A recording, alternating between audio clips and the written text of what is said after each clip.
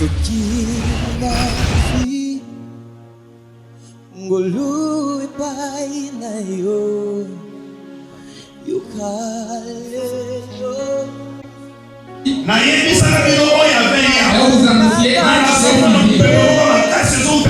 também estou a ver uma tempestade que está vindo. Quantos? O mundo estava de pé, nem não importou. Até hoje. O mundo,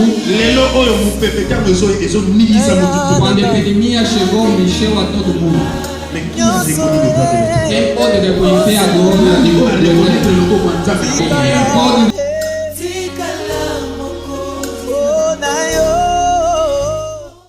coisa que as pessoas receberam de Deus é a graça. A graça não quer que o homem se sacrifique. Não quer que o homem seja rico. A graça não quer que o homem seja completo. A graça só pede esforço de alguém que fez para a sua vida. Isso, você só te deram o resultado. É isso que chamamos de graça.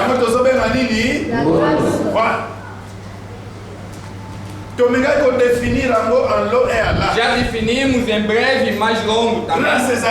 A graça dizemos que é a disposição de Deus, da bondade de Deus.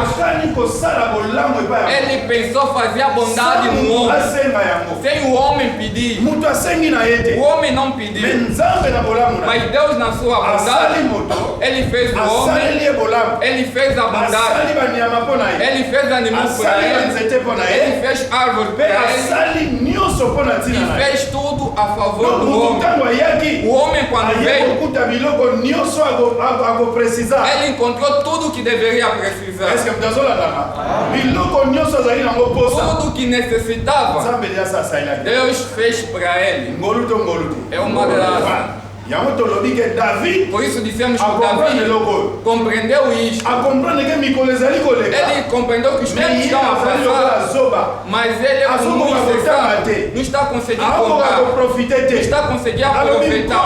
Disse: meu Senhor, ensina-me contar os meus dias nesse mundo, porque o meu coração saiba ser dado no conhecimento, para que eu seja sábio. Aleluia. Amém. Est-ce que vous allez? Amen. La grâce. A graça. Et au côté qui continue toujours sur notre introduction. E falamos também da nossa introdução. La fois passée, nous avons Genèse chapitre 6, verset 8. O texto bíblico é Gênesis capítulo 6, versículo 8. A graça começou ali. Eu disse, mais além, a graça começou há muito tempo. O termo graça para ser pronunciado na Bíblia foi no livro de Gênesis 6, versículo 8. Noé trouva grâce aux yeux de l'Éternel. Disseram que o Noé encontrou graças aos olhos de Deus. Olha que Deus está falando. Diz, me arrependo como eu fiz o homem, porque o homem pecou. E de o animal até o homem, nada que existe é bom. Est-ce que na versão na balobi que kobanda na motokino nyama kaka Noé mundo amala balobi bongo? Balobi kobanda na motokino na nyama. Eloko moko tezanini? Não existe nada de bom. C'est-à-dire, ceux qui par exemple na cadre ya mérite, e no quadro de mérito, na Noé na bana na basi na Noé os filhos deveriam também morrer. Mais Ngolu eye a graça chegou intervenir place wa e interviu naquele lugar. Deus queria matar todo mundo. Deus estava lamentável para todo mundo, mas ele guardou uma pessoa. Ele também estava em pessoa. Deixa guardar essa pessoa fazendo para que amanhã ele saiba ser sábio acima dessas pessoas que vão morrer. Aleluia. Se você está a ver as pessoas morrendo e você ainda está vivo, é uma graça.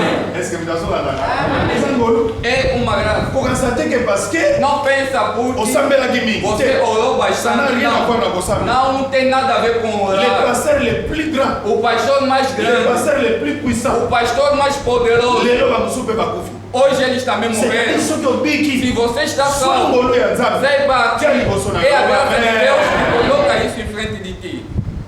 Alors tolobaki eloko moko awa Falamos de uma coisa, ngolu ndenge omoni yango a awa graça como você está eza eloko vendo, malamu é algo muito koleka bom, biloko nyonso. acima de todas as Ngolu coisas. soki bato bayebi te Mas se a graça das pessoas não saberem usar, é algo mal acima também de todas as coisas.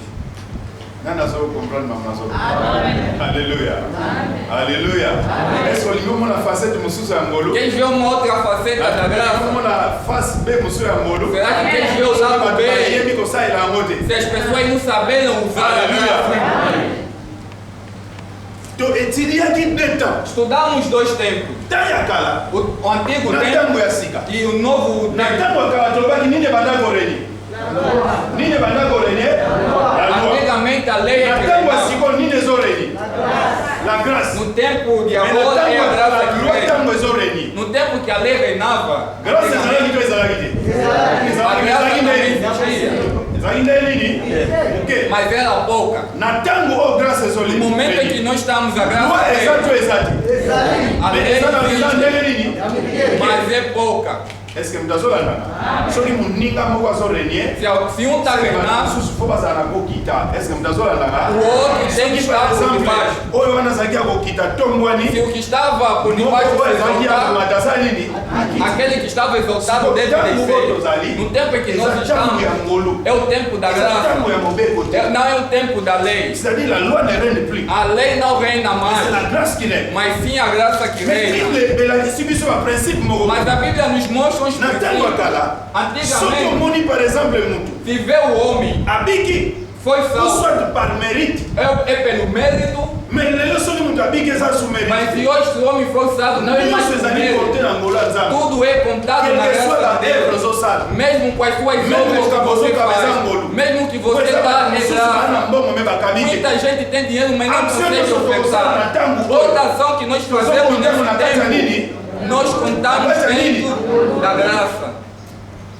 alors tolobaki te biloko ebanda korepresente Dissemos, loi na grâce existem duas coisas que representavam a lei e a graça. na ntango ya kala nini banda korepresente ngolu nini banda korepresente ngolu nyama loba Antigamente, animal é que mais representava a des fois nyama graça. eza nini O defeito do animal Só é que eu saí o masumo. quê? Se você pecar, omona ozwi nyama okati ekibo você vai cortar o pescoço do Opesi. animal e vai dar. ntango okopesa ye Quando vai dar yo um biki sacrifício, você vai se salvar. mwa okufa so eza te Você não vai morrer. mais est ce que elongoli yo mabe elongoli yo mabe Mas não te tirava o pecado, etiki oka na mabe mas te deixava sempre com pecado. est ce que moto azolanda ntango mosusu okosala lisumu Talvez você ainda vai pecar ntango mais. okoya Quando vir, opesa mbeka para dar mbeka talvez, okopesa siko liboso oyibaki primeiro você roubou o primeiro animal. nzambe alimbisi parce que opesaki nini Deus parce que pegou opesaki nini nyama porque você já deu o animal. alimbisi yo Ele vai te Assim perdoar, eu vivo. vai te deixar vivo. sikoyo osali ekoko Se você fornicou ntango okoye novamente, epai na nzambe quando vir novamente omemi a susu Deus, nyama levar também o ntango ozali animal. kogorge Quando você está a cortar o nyama pescoço, oyo ya lisumu osali o sikoyo animal do pecado atual, nzambe ole atalaka lisumu Deus, em osali vez de sikoyo ver seu pecado atual, azotala na wapi ele na oyo osalaki também kala começa a ver os na oyo pecados do osalimbisaki deja passado, aqueles que ele já perdoou. parce que na ntango ya banyama Porque no tempo dos nyama animais, kila nyama ebanda kolongola masumu o sangue do animal não tirava o mais ebanda pecado, osali mas só cobria o pecado. siko soki osali lisumu ya Se mibale você pecar omona novamente, couverture na yo wana aquela tua cobertura ekobomba nzambe miso te não vai conseguir cegar a Deus.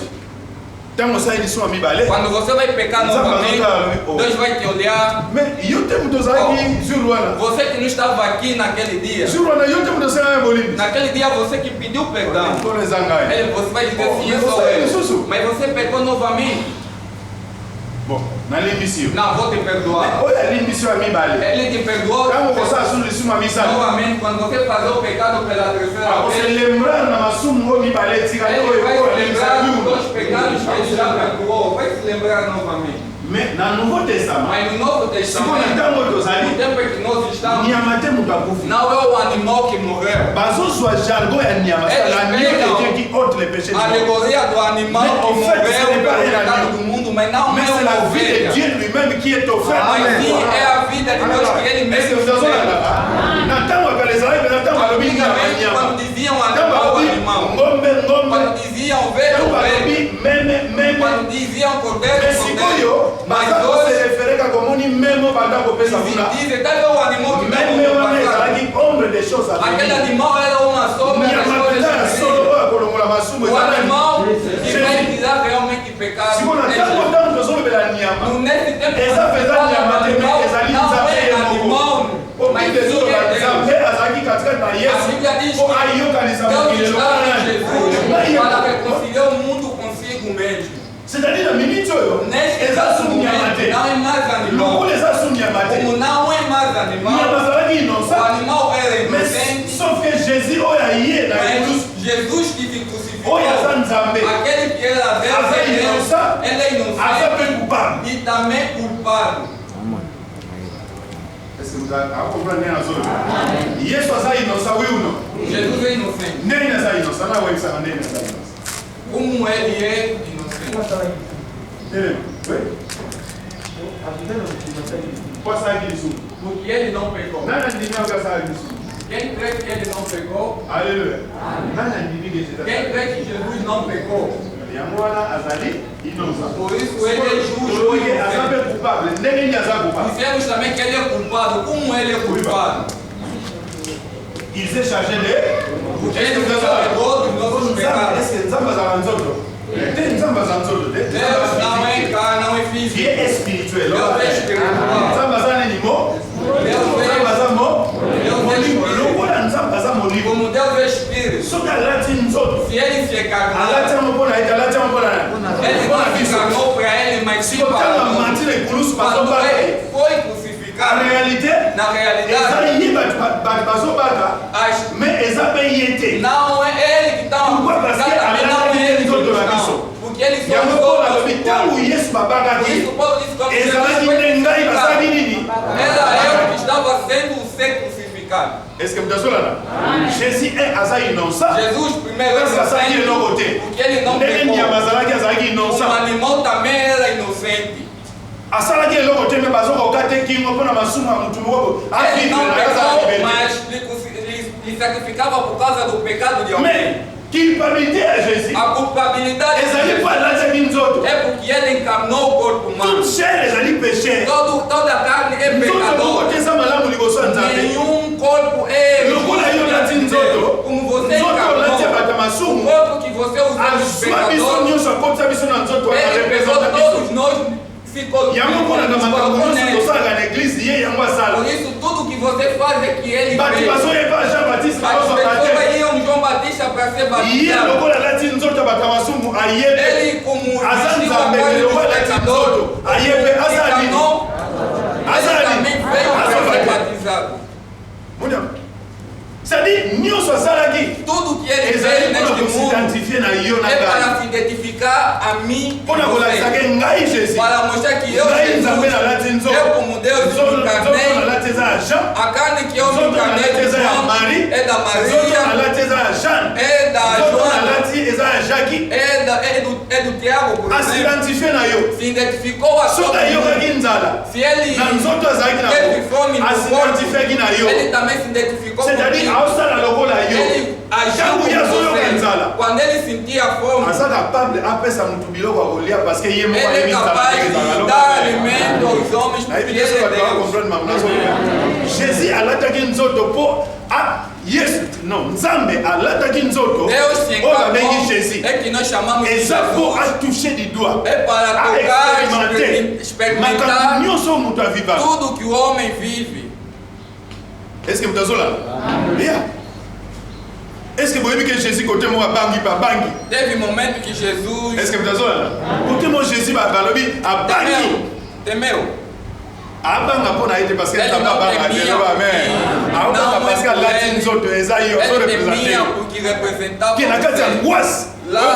Mon père, pourquoi m'a-t-il abandonné? Est-ce que Nzambe a s'abandonné à Yemoko? Mon père, pour la ligne de Tigingai. Wana nani azolo? Nani azolo? Lobangai. Est-ce que Mdazola nana? Non, Jésus azan Nzambe. Il est le fils de Dieu par excellence. Accompli jamais vous allez abandonner. Parce que la complicité à papa na moi n'est toujours parfaite. Oyoki te tata na ngai yokaka ngai nyonso nasengaka pesa ngai me mokolo wana ekulusu aokanga alobi nkolo nzambe na ngai mpo na nini otiki ngai? Est-ce que mtazolana? Ntango azoloba bongo yonde quando dizia isso, ele se identificava contigo. Parce que nzambe na ntango akala abandonaki nzoto. Deus antigamente abandonou o corpo. Alobi nyonso nzoto fona détruire. E se todo o corpo tem que destruir. Lokola yo lati nzoto ntango fona détruire nyonso. Então vou destruir a sua carne. Mais heureusement alongaki mpona tina na realmente ele venceu por causa de ti. Ele não mesmo tango souffrance yaki. Mesmo quando o sofrimento chegou, a Bíblia sobre Jesus abandi ko frémir katika. A Bíblia diz que Jesus abandi ko se lamenter katika. Lamentava no meio dele. Auta filme ndenge botala filme na cinéma ou soit na télévision. Ele via já o filme como vocês também costumam ver. Ele estava como se fosse a filme na ye. Ele via o seu filme. C'est indifférent mais ça dit estavam lhe mostrando as coisas que ele poderia ver. Est-ce que vous se rappelez no cinema de Getsemane. Jesus, ele via o seu filme lá em Getsemane, ele olhava. Ele quando viu a dor que estava a vir, ele disse, ei,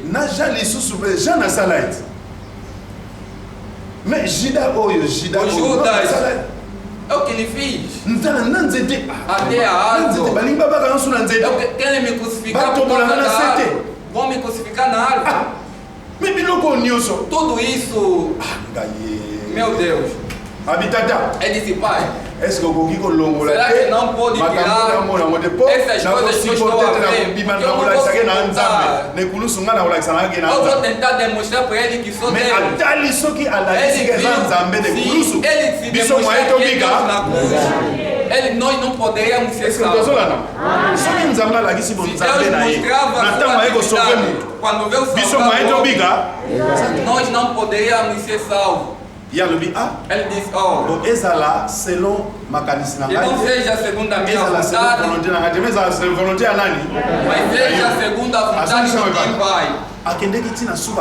Ele foi até o fim por causa de ti. Neste momento, par exemple, dizemos que você pecou, bem amado. Souvenir ali sumu se bunga. A lembrança do pecado já desapareceu na mente de Deus. Eu já vou introduzir o souvenir ali sumu bunga. A lembrança do pecado já desapareceu. Quando você vem, Deus está olhando o pastor. Pastor. Como estou aqui vendo, você cometeu. Não faz mais, tá? Sem lembrar o pecado que você já fez ontem. Ele está te falando, você fez pecado. Ele quando te vê já com animal, o sacrifício sans péché. O sacrifício não existe sem pecado.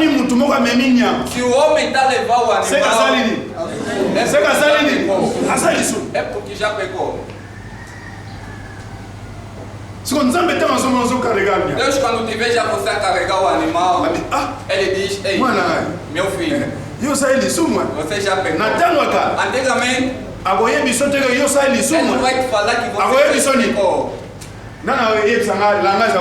Qual é a linguagem que ele vai utilizar? Se ele tiver, por exemplo, vir com o animal antigamente, ele vai dizer, oh, já fizeste mais. Já fizeste mais. Porque ele está se lembrando que você hoje também mesma coisa, você novamente. Neste momento, nesse tempo, quando você vem, quando ele olha, ele conhece o seu nome, Mário. Ah, Marco, ça y est. Oh, Marco, você pecou. On a mon yo. Porque eu só te vejo já com animal. Já só te vejo com oferta. Kende, o salali. Vai e não peca mais. Kende, o salali. Vai e não peca mais. A linguagem atual é essa. Vai e não peca mais. É oportunidade. Se você gostar de usar isso, o dia que você você perdeu novamente. E quando vir novamente, ele vai te olhar. Oh, Marco. Pecaste, né? Vai e não faça mais. Tudo que é passado, ele já não conta. O pecado quando Cristo morreu, tirou, apagou. Ele apagou. O perigo é qual? Quando o pecado já pagar e você está continuando a pecar, mas não estão a contar os pecados de ontem. Antigamente, se te contaram o pecado passado, você começa a ver a gravidade daquilo que você está fazendo. Na tango akala avantage ezalaki soki baotangela lisumu ya lobi avantage dela se tanto contou o pecado de ontem okoki komona gravité ya likambo ozosala você talvez vai ver a gravidade daquilo que você está fazendo vai compreender ou não en tout cas nasali mabe mingi já fiz muita maldade nasali mabe mingi já estou a pecar o que você sabe namoni na moment oyo soki nasali lisumu soki nake moalimbisa nesse momento se eu voltar a pecar okoki kobénéficie nango to okoki kobénéficie nango okobénéficie nango okomona mpe mwa osala sumu mabe tiki ya kote soki nayebi susu mbalo moalimbisanga parce azotangelanga kaka mabe nanga nyonso oyo nasalaki nsima oyo nasalaki liboso aotanga sikoyo lisumu osalaki loyo baotanga danger siko ezali nzambe azokonte kaka oyo eza sikoyo mais danger ezake na nyonso wana basali yo ngolo to basali yo ngolo te tem feito você a graça em tudo que você faz. Romains chapitre 6. Romanos capítulo 6. Calamité de aussi ça pour Nicolo la exception aussi ça avant. Romains chapitre 6. Oui. Chapitre 1. Romains chapitre 1 verset 1 si na 2. Na ulingo tangi na nini utangi pe na portugais. Romains 6. Hein? 1 à 2. OK. Que dirons-nous donc? Tokoloba nini susu? OK. Que diremos, pois? Demeurons-nous dans le péché? Vamos permanecer no pecado? Bazotuna tokoloba susu nini? Está perguntando, olha, vamos falar mais o quê? Toloba lisusu? Falaremos mais o quê? Toqué. Demeurions-nous? Toqué? Demeurons-nous dans le péché? Vamos permanecer no pecado? Est-ce que tokobanda kaka continuer kosala masumu? Baotuna siko na nani wa? Baotuna nani? Baotuna ngai, baotuna yo loba mais. Mais bazotuna biso na tani na temps passé ou bien na temps présent? No tempo da graça, no tempo atual. Na temps sikoyo ou bien na temps wakala? Na tango sikoyo baotuna biso. Est-ce que tu vas continuer kaka kosala masumu? Será que vamos continuar sempre a pecar? Est-ce que mtazolana? OK. Afin que la grâce abonde. Oyoki?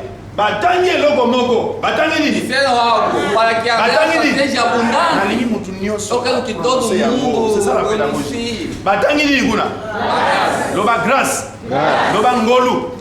Balobi boye. Disseram, olha. Est-ce que tu vas continuer kaka kosala masumu? Vamos continuar sempre a pecar. Bande kona matolo basusu ni. Vamos falar mais o quê? Tu vas continuer kaka kosala masumu? Vamos continuar sempre a pecar. Poite ngolu ebanda ko se manifester. Para que a graça continue a se manifestar. C'est-à-dire masumu ebanda ko sale. O pecado que estava sendo feito. Masumu misat. Se você pecou 3 vezes, ele déjà vai passar. Tango ko sala 4e.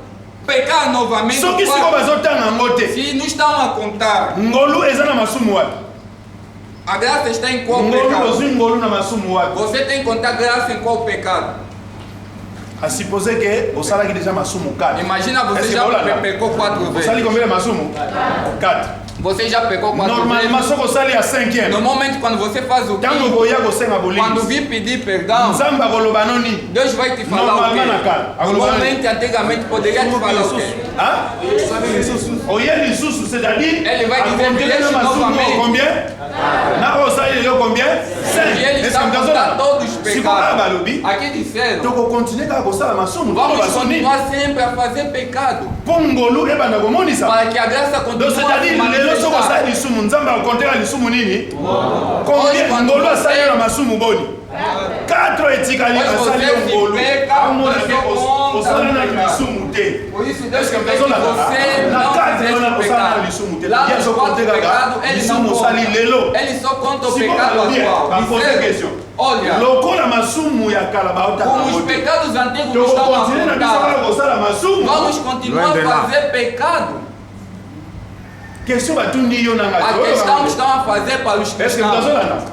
Lokola bazo compter sur te. Como já não estão a Yo ibaki wangila. oh, você roubou xeri. Ba compter yango. Contaram. Ba yambio. Ba rappeler te ko sa muyibi awangi. Não te fizeram lembrar que você fez Lelo oyibi peixe. hoje você roubou peixe. Balobi ke yo oyibi peixe. Disseram, oh, você roubou peixe. Wangila ba compter Os te. xeri não contaram. Yo kolobani te na sa yanga lisumu mbala moko. Você vai dizer só pequei uma Tika na vez. continuar na koyiba Olha, na iba deixa eu vou continuar a carne lobi. roubar carne até Parce que amanhã. tana koyiba carne. Porque quando eu roubar Ya a peixe na carne, wangila mwaiba o compter. peixe do xeri Batunio est-ce que to bando sala kala agora o povo masumu? está a perguntar, será que Opa, vamos anda continuar toujours a com pecar essa visão ngolu? para que a graça continue a se manifestar? Yo ka réponse. Olha a resposta. Loin de là. Musika ya makanisi wana. De modo Soki nenhum. makanisi wana oza nango. Se você tem longola esse mona mutu na pensamento, yo. retire da sua Ngolu cabeça. ezoya te A po ebanda graça kotindika não yo. está vir para te Osalaka na yo nini? impulsione que você faça o pecado. Est-ce que mtazolana? Oui, bato ebele. Muita Ayibi gente bamoni. rouba, não lhe viram. Ntango oyibi bamoni yo te. Quando Seke eza mais ngolu não te tongolu. viram, é uma graça que você te Ela vê. bato bayibi mbala moko. Muita gente quando akufi. rouba pela primeira vez morre. Tala, ngolu ya nzambe eza meme na bandoki. A graça de Deus está até os terceiros, os pecados da tudo. Deus está te dando um tempo. Otambola mwasi ya bato obi. Bamoni ngai te. Você adulterou, fornicou com uma mulher alheia, vai dizer para me vir. Deus vai te amanhã mais. Agora está perguntando. Disseram ontem não te viram. Mas você vai continuar sempre a pecar.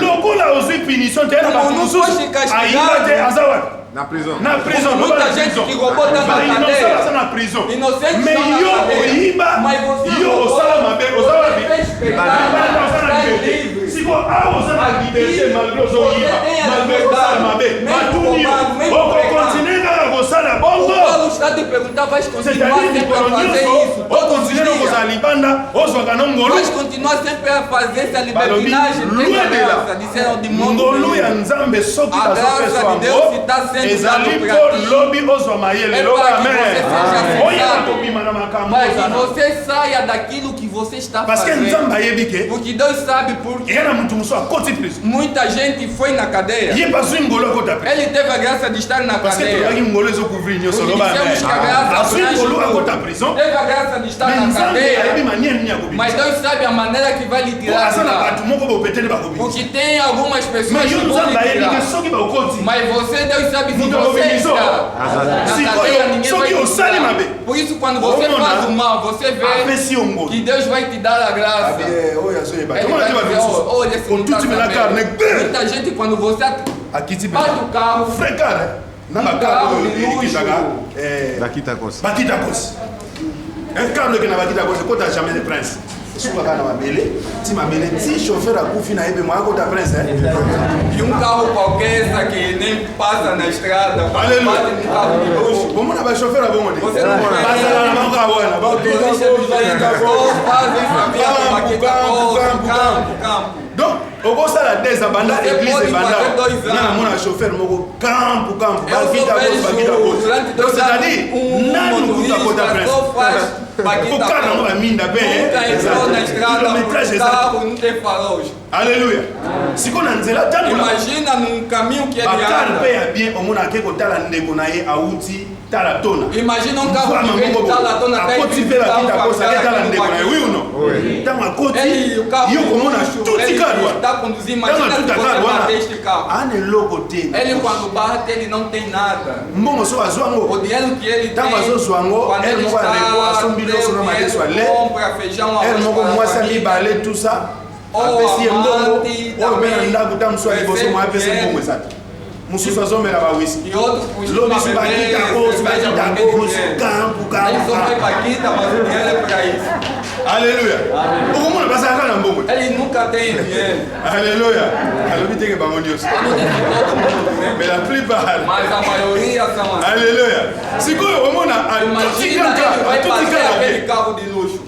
Mvua momona kiti. O rico vai descer. Bateu no meu carro. Olha, o tudo caminhão na O senhor, bateu no meu carro. O tudo caminhão. Por favor. Chefe, chefe, por favor.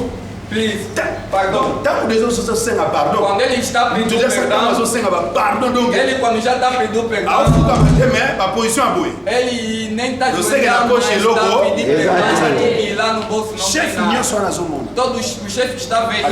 Ele vai olhar.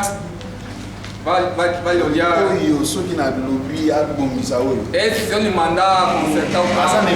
Ele não tem nada.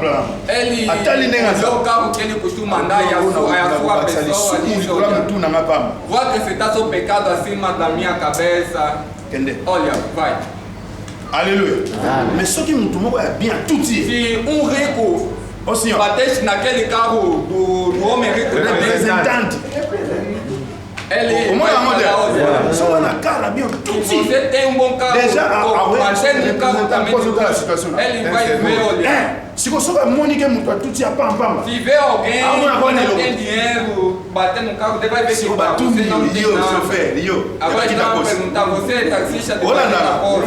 Eu chofer da Baquita Costa. Você é taxista de Baquita Costa? Mamãe que vai comprar e vem vender. Batuninho. Estão a te perguntar. Na boulangerie. Você como na padaria onde você vai buscar o pão. O pão agora é difícil, muita gente não consegue, mas você consegue. É porque você tem amante. Na padaria. Est-ce que vous avez là? Tant que vous avez na mesa, o te galate, o te que mapa ya basi ba musu bazole. Pão é difícil, muita gente não consegue. Agora aí sabe não foi usar a connaissance. Só usar a connaissance mais o mapa. Auquel isusu na relação. Auquel isusu os regarder. Continua sempre com esse processo. Olha os outros angolo to perguntar aquilo que você está fazendo agora. Se for louco, bate no suba zo zoate. Está a fazer como os outros não estão a conseguir ter. Como você está a conseguir ter. Mbale abatukuna. É porque você tem a mão que está te servindo para que outros possam ter e você vem também. A sua vida só vai continuar desta forma. Estão a te fazer essa questão. Est-ce que nous avons la question?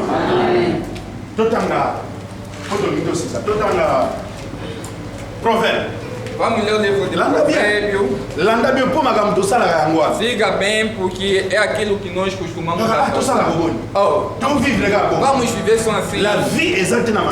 A vida não está na maldade que você está fazendo. Você pode respeitar a Deus vivendo bem. Não queira viver no mal.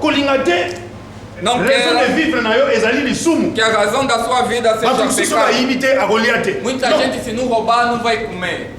Se confie na Nzambe como na Goliath. Confie a Deus e você vai comer. Proverbe 30. Non, 31 à 30. Proverbe chapitre 31, verset 30. N'invitez pas dans ce qu'ils ont à combien pour la version où c'est à moins différente. Ok. Parole du Seigneur. Ah. La grâce est trompeuse. Ah! Bandego. Zongela. La grâce est trompeuse. N'importe qui. Ah, 30. Capítulo 31, versículo 30. Ok? La grâce est trompeuse. A graça é enganosa. Est-ce que vous avez dit? Balobi ngolo ezaka nini? tozongela ngolo esaka nini bato ebele bamikosi à cause ya ngolo muita gente se mentiu por causa bato ebele muita gente se donc enganou. si ça veut dire encore la grâce est trompeuse A graça é enganosa Et la beauté est vaine. landa bien parce que to définissaki grâce eza charisme charisme elingi koloba charme charme elingi koloba beauté est ce que moto azolandaka eza meme na bana basi uswati bana mibali beauté ekoki kozala na kati u libanda me yebaka ngo nyonso wana eza ngolu to ngolu te ngolu sikoyo bayebisi yo keba ngolu nyonso omonaka wana soki oyebi osalela yango te ngolu ezaka nini ngolu ezaka nini ekosaka ngolu ekosaka aquilo engana.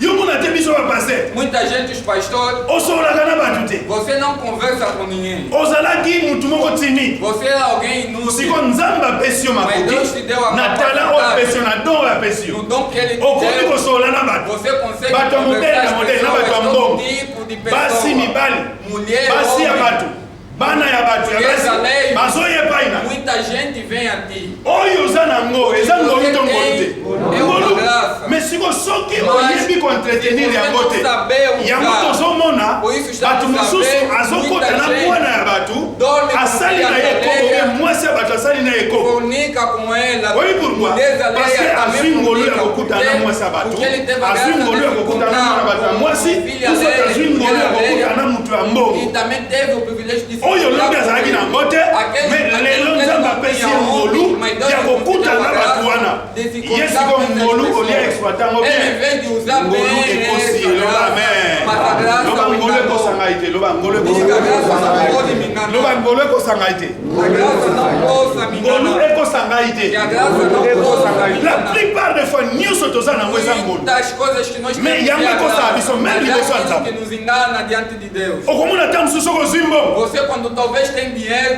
grâce ozwi yo ya kozwa mbongo a ekosi graça que teve, de vez tala em faso quando ozooriente mbongo na vê como você está a orientar o seu okomona dinheiro. nzambe oya kokanisa ye kaka soki pame Você mbongo talvez vai ezali pensar em Esse- Deus lá quando o dinheiro terminar. ozwi grâce Você tem olelaki graça. lobi mbongo ezomonana te Você diz, mikolo para atuba mbongo mim mwa tem dinheiro, te esse mais dinheiro, soki esse ozwi dinheiro mbongo está difícil, mas quando Nzambe você olha. tem dinheiro, Deus está aqui olhar. wana depanse olobi Você já gastou, já fez isso aqui, domingo, feijão. Quando você vê que tem pouco dinheiro, você vai falar, vou dar só no próximo mês. ngolo ekosi yo te ekosi A graça te enganou. beaucoup de gens la grâce Muita gente, a graça está mais l'homme enganada. intelligent Mas o homem akotika te inteligente, ngolu etrompe ele não vai querer parce que a que graça o ngolu lokola engane. eza grâce moko immérité A graça como é eza algo faveur immérité imerecido, é um favor tala kaka bato imerecido. ebele eloko atokeli te É como a coisa tango que apesi você yango não se sacrificou akokanisa com ele. mikolo nyonso bandosali Exato, você vai precisar todos os Mas não dias pensa. continuar a te dar. est-ce que tozolanda soit bato batikela biloko papa akofi mama E aqueles que herdam aquilo que o pai Não, e a não, mãe deixam. batikeli Deixam um quintal para ele. aza capable akotisa motu nyonso na Ele é capaz de fazer entrar todo mundo lá na casa. nasololaki na mama mo mikolo elekaki Conversei com a mãe nos dias passados. azobisanga mwana oyo banda Olha, papa na bango esse akufa rapaz de que o pai donc morreu, akozwa na bana mosu ya quartier pega bamikota na kati ya todas ndako as moças e só entrar com elas eloko amoneli em casa. mpasi te Aquilo que ele não viu, est ce que moto azolanda sacrifício amoneli naquilo. mpasi te Ele não viu sacrifício naquilo, na casa que herdou. ngolu ekosala A graça engana. Se soki oyebi koentretenir ngolu te você não sabe usar a ngolu graça, ekoki koprive yo a eloko graça okoki kozwa meme na pode te makasi na yo privar aquilo que você pode receber siko pelos soki oyebi seus koentretenir yango Se você saber ngolu wana ekoki kose usar, a multiplier graça pode se omona nzambe multiplicar. azonyokwama mpo na yo oyo Deus, ozwaka Deus biloko vai se sacrificar por ti para que mais você soki receba oyebi sempre. kosalela yango te Se você não bien saber aimé, usar a graça, okomona mpenza ke ngolu você verá que a graça está destruindo muita combien de gente. bato te oyo aza mwana mokonzi Quantas pessoas que são filhos de amoni kaka presidente, bitoko epa ya moninga ele vê o carro Quase a mão na mão da Zé. de luxo no outro, ele vai pegar aquele carro. amona na mwasi ya kitoko tatali Basta na ver biloko que a mulher é linda, ose kwa mulher ebunita se você é boa mulher. ose nukabi koyesa mulher saila E eu posso usar na moça eu tenho no mwasi carro. babotoli eloba Ele vai receber a mulher no rapaz. amona Muita si gente mwasi ya faz moninga isso, recebe a mulher do outro. Porque Porque a posição que você tem a graça de receber. Está a dizer a graça em nada. Recebeste tudo porque é a graça. Bem amado sim. Eu quero que as pessoas compreendam. Eu quero que as pessoas compreendam. Que podemos mudar o nosso mundo de viver. A graça é enganosa. A graça é bom se você utilizar bem. Se a graça é bem exploitée, se a graça for bem utilizada, é algo maravilhoso que as pessoas podem usar. Mas se as pessoas pegarem como algo que possam se orgulhar daquilo, a graça ali é enganosa. Por isso Paulo diz: será que vamos continuar a fazer o mal para que continuamos a ter a graça? Disseram de modo nenhum. Muita gente que está nos casamentos teve a graça que outros não tiveram. Mas no casamento não teve. Ele não respeita a sua mulher. Quantas pessoas? Muita gente teve a graça de casar. Muita gente não casou, mas você a graça você está a usar de uma má forma. Est-ce que vous avez là? Diga que eu não posso estragar a graça. Eu não posso destruir a minha graça. Todo mundo que destrói a graça. Parce que Deus vai te destruir porque aquilo que você estraga não é de Deus. Parce que a graça só veio assim porque alguém não sofreu. A graça é alguém que sofreu e você só teve benefício. Aquele que sofreu não teve benefício, mas você est-ce que vous comprenez? Se você é mas está lamentado. A graça que você está a usar, muita gente sofreu com ele. Muita gente morreu, não teve. Église ozosaka lelo era passer sur la église muita gente começou mas não conseguiu fazer. C'est-à-dire era batumsu bakufi évangile totanga lelo otanga bible yo moko otie ba era ko méditer era batumsu bakata bango bakingo ko bible ko mama mais yo sotanga il y a des forces dans la mope okokotanga mama você tem a Bíblia que também não consegue ler. Você está a gastar de má forma. Est-ce que vous avez si vous sortez aux você está brincando com a graça. Você não está brincando com o homem, mas está a brincar com Deus. Está a brincar com Deus. Está a dizer Deus. Olha. Está fazendo muito frio. Te acolheram como visitante. Te pegaram gasosa. Tango eza Mali? No tempo. Tango eza Mali? Bazui gazoza ya? Gazoza. Gazoza ya Mali. Gazoza gelada ou fria, né? Te dão. Chua. Omona omeli ndambu. Você só vai beber ndambu zoza. E vai deixar a outra metade. A pessoa que te deu uma vai dizer que seria até bom. Devia deixar minha gasosa na mesa. Olha, velho, está estragando. A graça é desta forma. Est-ce que vous avez là? A graça tem este sentido. Muita gente estraga. Quando alguém morre, todo mundo morre. Quando chega lá, ele começa a câmera sem disco. Ele vai olhar, vai ver. Ele vem para que as pessoas lhe perguntem o que aconteceu lá. Ele vai falar, vem. Olha, estava aquela pessoa, fez aquilo. Est-ce que a lição ele não tirou a lição, mas só pegou os fatos. Nós estamos a brincar com a graça. Se você está considerando Ngolu, se nós consideramos a graça, vamos compreender. Só que Ngolu é considerado. Se a graça for considerada, o que vamos receber da graça? Les salis dans la grâce, la justification dans la grâce. La sainteté dans la grâce. Pour comprendre banani toza. Você vai compreender quem realmente vai compreender por que o feiticeiro não pode e não parce que tu salignes, não é porque mais parce que tu fizemos muita coisa, não é porque recebemos essa graça. Koyeba lisusu ko bafoué be fort ya nzambe. Betela Yesu.